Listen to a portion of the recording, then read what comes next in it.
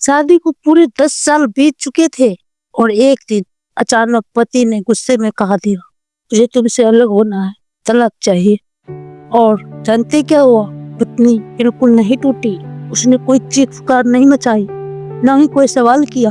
बस मुस्कुराकर जवाब दिया, ठीक है, जैसा आप चाहे, मैं आपको तलाक दे दूंगी। बस मेरी एक छोटी सी शर्त है। उसकी यह शर्त क्या थी और उस एक महीने में क्या हुआ, यह आज शादीशुदा जोड़े के लिए एक आईने की तरह है। एक ऐसा आईना जिसमें झांककर हम शायद अपने जीवन साथी की असली कीमत को पहचान पाए। कहानी को अंत तक जरूर सुनिएगा, क्योंकि यह आपके दिल को छू जाएगी। रिश्ते की खामोशी दीवारें। बिहार की राजधानी पटना में एक आलीशान बड़ा सा घर था। बाहर से देखकर कोई नहीं कह सकता था, अंदर एक रिश्ता रोज खामोशी की गिरफ्त में टूट रही है। घर में जगह जगह सन्नाटा पसरा रहता था। एक कोने में टीवी चलता था, दूसरे कोने में राहुल जी अपने मोबाइल में व्यस्त रहते थे और बीच में नैना जो चुपचाप रसोई संभालती थी। उसने धीरे से उनकी प्लेट में उनकी पसंदीदा सब्जी डाली और बोली, रोटियां गर्म है, खा लीजिए। राहुल जी ने सिर उठाकर देखा भी नहीं। उनका ध्यान तो बस फोन की स्क्रीन पर चमक रहे एक नाम रिया पर टिका था। नैना जिसने अपने जीवन के 10 साल इस घर को समर्पित कर दिए थे। उनका एक प्यारा सा बेटा रोहन अब 9 साल का हो चुका था। लेकिन राहुल और नैना के रिश्ते में अब सिर्फ एक कर्तव्य बचा था, वो प्यार नहीं, जिसकी नींव पर कोई भी रिश्ता मजबूत होता है। नैना पढ़ी लिखी थी, पर शादी के बाद उसने अपने सारे सपने एक अलमारी में बंद करके रख दिए थे। सुबह की चाय लेकर रात की थकावट तक सब कुछ उसी के भरोसे था। लेकिन राहुल जी को अब नैना की आदत हो गई थी, मोहब्बत की नहीं। अचानक राहुल जी ने फोन मेज पर रखा और कहा, मुझे तुमसे जरूरी बात करनी है। नैना ने हमेशा की तरह मुस्कुराते हुए कहा, पहले खाना खा लीजिए, फिर आराम से बात करते हैं। राहुल जी की आंखें नहीं मिली। उन्होंने धीमी आवाज में कहा, मैं रिया से शादी करना चाहता हूँ, मुझे तलाक चाहिए। पूरे कमरे में गहरी चुप्पी छा गई। ना कोई चीख, ना कोई आंसू, ना कोई बहस, बस कुछ पल का सन्नाटा। और फिर एक बेहद शांत और अटल आवाज आई, ठीक है, तलाक मिल जाएगा, लेकिन मेरी एक शर्त है। राहुल जी ने पहली बार उसकी आंखों में देखा। कैसी शर्त? नैना ने बड़े सुकून से कहा, बस 1 महीना दे दीजिए, एक आखिरी महीना जिसमें आप मेरे साथ वैसे ही रहेंगे जैसे हमारी शादी के पहले साल थे। मैं आपसे कोई सवाल नहीं पूछूंगी, कोई शिकायत नहीं करूंगी, और जब वह महीना पूरा हो जाएगा मैं खुद तलाक के कागजों पर दस्तखत कर दूंगी। राहुल जी चौंक गए। उन्हें यह शर्त बहुत आसान लगी। उन्होंने मन ही मन सोचा, 1 महीने से क्या फर्क पड़ता है, रिया तो इंतजार कर ही रही है। उन्हें तुरंत हाँ कह दी। आखिरी महीने की शुरुआत, और बस अगले ही दिन से नैना ने वो रिश्ता जीना शुरू कर दिया जो उसके लिए कभी सिर्फ एक सपना था। सुबह की पहली किरण खिड़की से आई और राहुल जी की आंखें खुली। सामने वही मुस्कुराती हुई नैना, हाथ में अदरक वाली चाय, ठीक वैसे ही जैसे शादी के शुरुआती दिनों में होती थी। उसने प्यार से कहा, जल्दी उठिए, आपकी यह नीली शर्ट मैंने प्रेस कर दी है, जो आप पर बहुत अच्छी लगती है। राहुल हैरान रह गए। उन्हें याद आया कि अब तो वो नैना की बातों पर ध्यान देते थे, न उनकी पसंद नापसंद की परवाह करते थे। लेकिन आज वह सब कुछ ऐसा था जो दिल को गहराई तक छू रहा था। मेज पर अखबार रखा था, नाश्ता भी बिल्कुल उसकी पसंद का। और जब वो ऑफिस जाने लगे तो नैना दरवाजे तक आई, हल्की सी मुस्कुराहट के साथ बोली, जल्दी लौटिएगा, मैं इंतजार करूंगी। राहुल जी अचानक ठिठक गए। इतने सालों बाद यह सब? शाम को जब वो घर लौटे तो रोहन होमवर्क कर रहा था और नैना बैठी थी, हाथ में वही पुरानी किताब जिसे वो शादी के समय पढ़ा करती थी।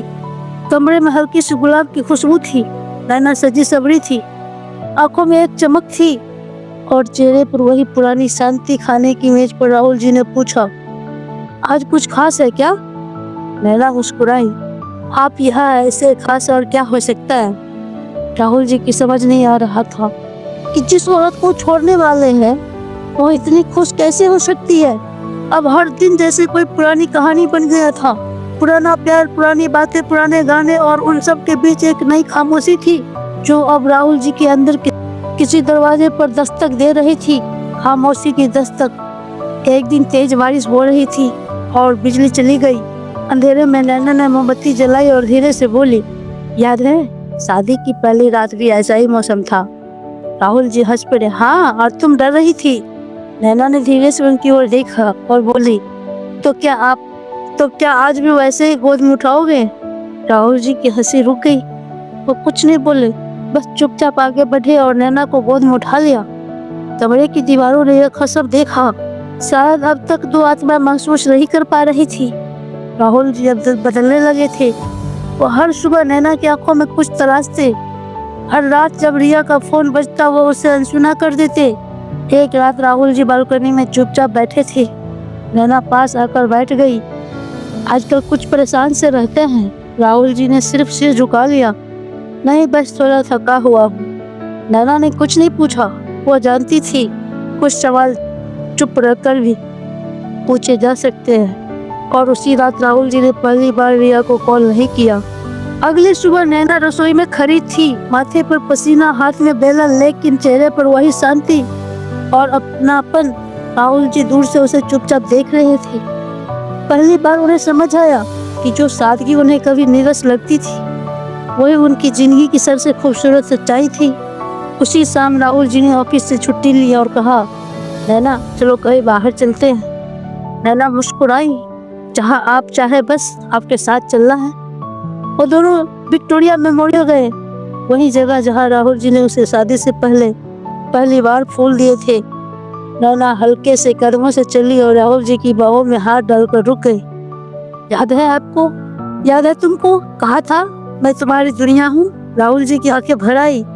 तब समझ आया, नैना तुम्हारे बिना जो बचता है वो सिर्फ एक खोखली दुनिया है। रात को जब वो घर लौटे, नैना दरवाजे पर खड़ी रही और धीरे से बोली, कभी गौर किया है रोहन की मुस्कान बिल्कुल आप जैसी है। राहुल जी चुपचाप खड़े रहे। अब हर चीज का मतलब बदल रहा था। हर दीवार पर हर तस्वीर, हर रोज की चाय। लेकिन उसी रात सब कुछ थम गया। वादा पूरा करना था। राहुल जी ऑफिस से लौटे तो देखा नैना बिस्तर पर बैठी थी। उनका चेहरा पीला पड़ गया था, हाथ कांप रहे थे। क्या हुआ? राहुल जी घबरा गए। नैना ने हमेशा की तरह मुस्कुराकर कहा, कुछ नहीं, बस थोड़ी थक गई हूँ। राहुल जी ने उसे गोद में उठाया, पर इस बार वो पहले से भी हल्की लग रही थी, जैसे कोई खाली शंख उसने अब सिर्फ सांसें बची हो। अब और मत छिपाओ नैना, बता दो क्या बात है। नैना ने कुछ नहीं कहा, बस उनकी ओर देखकर बोली, वादा किया था ना, 1 महीना पूरा करना है। राहुल जी सिहर उठे। उस रात उन्होंने रिया को आखिरी मैसेज भेजा, डोंट वेट फॉर मी, मेरा इंतजार मत करना। रिया का जवाब आया, क्या तुम गंभीर हो? लेकिन राहुल जी ने फोन साइलेंट पर डाला और जाकर रोहन के कमरे में उसे सुलाया।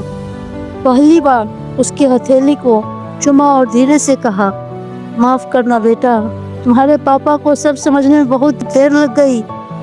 अब उन्हें हर पल की कीमत समझ आ रही है और हर लम्हा नैना के बिना अधूरा लगने लगा था। सुबह हुई, राहुल जी ने कहा, आज बाहर चलते हैं डॉक्टर के पास। नैना ठिठक गई।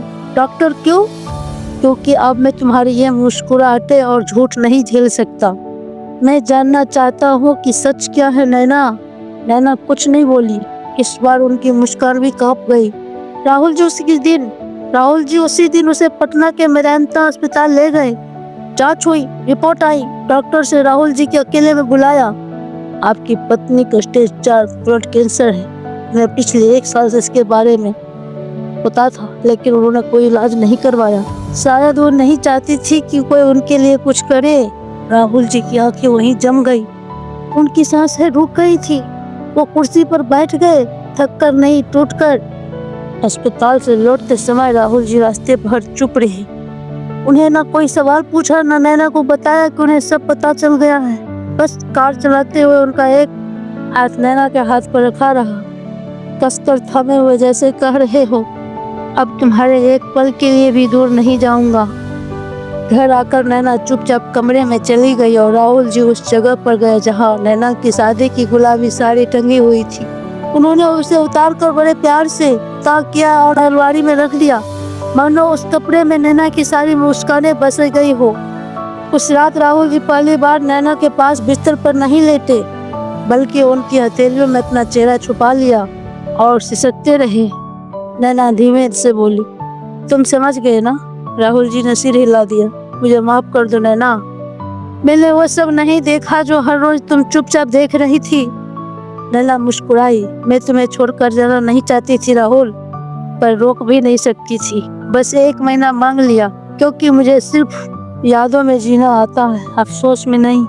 अगले दिन राहुल जी पूरी तरह बदल गए थे। अब वो सुबह सुबह चाय बनाते, रोहन को स्कूल छोड़ते और नैना के लिए वही पराठे बनाते जो कभी नैना उनके लिए बनाती थी।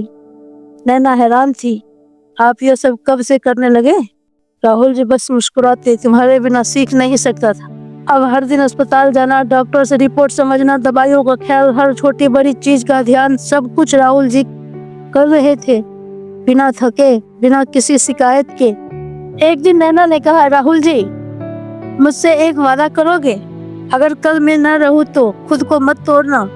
रोहन के लिए जीना और मेरी तरह उन औरतों के लिए कुछ करना जो बिना आवाज बिना शोर अपने घर में खुद को खत्म कर लेती है। राहुल जी ने उनकी उंगलियों पर एक चुम्बन दिया। मैं तुम्हारे हिस्से की जिंदगी भी जीऊंगा नैना, यह मेरा वादा है। उस रात रिया का फोन आया। राहुल जी ने बस एक बात कही, गलती मेरी थी रिया, जो उस औरत की खामोशी को मैंने बोझ समझ लिया, जबकि वो खामोशी ही मेरे सबसे बड़ी ताकत थी। और फिर उन्होंने रिया का नंबर हमेशा के लिए ब्लॉक कर दिया। अब हर दिन एक उत्सव जैसा था। राहुल जी ने घर को फिर से सजाया, नैना के लिए एक छोटी सी लाइब्रेरी बनाई, और एक रात जब वो थोड़ा बेहतर महसूस कर रही थी, राहुल जी ने वही गुलाबी साड़ी निकाली और मोमबत्ती की रोशनी में धीमे सुरों में गाना चलाया, तेरे लिए ही जिया मैं। नैना की आंखें भर आई। यह सब क्यों कर रहे हो? राहुल जी ने कहा, क्योंकि तुमने 1 महीना मांगा था और मैं चाहता हूँ हर दिन उसी 1 महीने का हिस्सा बन जाए, जिसे मैं सारी जिंदगी जीता रहूं। एक तारा चमक उठा और बस उस महीने की आखिरी तारीख आ पहुंची। रात के खाने पर नैना, राहुल जी और मैं रोहन एक साथ बैठे थे। नैना ने धीरे से राहुल जी का हाथ थामा और बोली, वादा क्या था ना, सिर्फ 1 महीना, अब वक्त है जाने का। राहुल जी की आंखें भर आई। नहीं नैना, अब कुछ नहीं जाएगा, न तुम, न ये रिश्ता, न मेरा प्यार। नैना मुस्कुराई। तुमने जो दिया वो किसी को नसीब नहीं होता, बस एक विनती है। क्या? राहुल जी ने पूछा। नैना बोली, अगर मैं न रहूं तो मुझे हमेशा इस तरह याद रखना, जैसे मैं थी, मुस्कुराहट में, चाय की खुशबू में, रोहन की आंखों में। राहुल जी ने उनका हाथ अपने दिल पर रख दिया। तुम यहाँ हो, हमेशा रहोगी। उस रात नैना ने वही गुलाबी साड़ी पहनी, बालों में वही छोटी सी क्लिप लगाई, फिर रोहन को चूमा। गुड नाइट बेटा, मम्मा हमेशा यही हैं।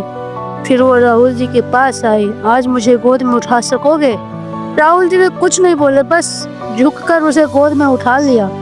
बिस्तर पर लिपटाते हुए नैना ने उनकी उंगलियों को थाम ली। अगर मेरी आंखें बंद हो जाए तो रोना मत राहुल जी, क्योंकि मैंने सबसे खूबसूरत 1 महीना जिया है तुम्हारे साथ। उसने आंखें बंद की और उनके होठ पर एक आखिरी मुस्कान थम गई। सुबह की पहली किरण जब कमरे में उतरी, राहुल जी वही बैठे थे, उसी मुद्रा में, उसी उंगलियों को थामे हुए। पर अब नैना सांस नहीं ले रही थी। वो जा चुकी थी, शांति के साथ, प्रेम के साथ, और उस पूर्णता के साथ जिसे कोई पत्नी सिर्फ अपने समर्पण से ही हासिल कर सकती है। राहुल जी चीख नहीं सके, बस नैना के सिर को अपने सीने से लगाया और फूट फूट कर रो पड़े। नैना के जाने के बाद राहुल जी ने एक सफेद गुलदस्ता बनवाया जिस पर लिखा था, मेरी सबसे प्यारी नैना, तुम सिर्फ मेरी पत्नी नहीं, मेरी पूरी दुनिया थी। अब राहुल जी हर वक्त रोहन के साथ रहते, हर रात नैना की फोटो को सामने चुपचाप बैठते, कुछ कहते और खुद ही सुन लेते। एक दिन रोहन ने पूछा, पापा मम्मा जब तारा बन गई है तो क्या अभी हमें देख रही है? राहुल जी ने आंखें पोंछी, हाँ बेटा, मम्मा अब हमारी गार्डियन एजेंट बन गई है। जब भी हम कुछ अच्छा करेंगे वह तारा और ज्यादा चमकेगा। उस दिन राहुल जी ने अपनी नौकरी छोड़ दी और एक नया सफर शुरू किया, एक कैंसर केयर होम के लिए प्रोजेक्ट, जहाँ उन औरतों के लिए एक सेंटर बना रहे थे जो अपने दर्द के अकेले झेलती थी। उस प्रोजेक्ट का नाम उन्होंने रखा नैना स्पर्श। उद्घाटन के दिन राहुल जी मंच पर खड़े हुए और बस एक बात कही, मैंने अपनी जिंदगी की सबसे बड़ी भूल तब की जब मैंने एक औरत की खामोशी को उनकी कमजोरी समझ लिया। लेकिन उस चुप मोहब्बत ने मुझे सब सिखा दिया जो कोई किताब, कोई रिश्ता, कोई समाज नहीं सिखा सकता। तालियां गूंजी लेकिन राहुल जी की आंखें आसमान की ओर थी, जहां शायद कोई तारा अब भी मुस्कुरा रहा था। रात को राहुल जी रोहन को लेकर छत पर गए। देखो बेटा, वो जो सबसे चमकता हुआ तारा है वो तुम्हारी मम्मा है। रोहन ने आसमान की ओर देखा और कहा, और जब हम अच्छा करेंगे तो और ज्यादा चमकेगा ना पापा? राहुल जी ने उनकी उंगलियां थाम ली। बिल्कुल बेटा। मेरे प्यारे दोस्तों, कभी कभी किसी की खामोशी उनकी मोहब्बत की सबसे ऊंची आवाज होती है। हमें उस प्यार को, उस समर्पण को उनके रहते हुए पहचानना सीखना चाहिए, वरना जो चुप रहते हैं वह एक दिन बहुत दूर चले जाते हैं, हमेशा के लिए। क्या आपने कभी किसी की खामोश मोहब्बत को अनदेखा किया है? या आपके जीवन में कोई ऐसा इंसान है जिसने सब कुछ सहकर भी सिर्फ आपके लिए उस रिश्ते के बनाए रखा? मुझे कमेंट में जरूर बताइएगा।